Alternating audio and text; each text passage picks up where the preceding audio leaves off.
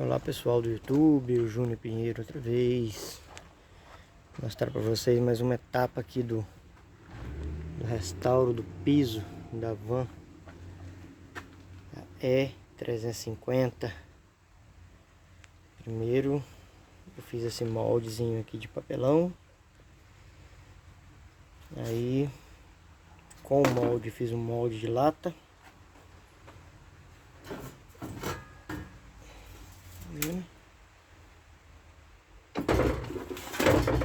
E aí a gente faz a limpeza ao redor.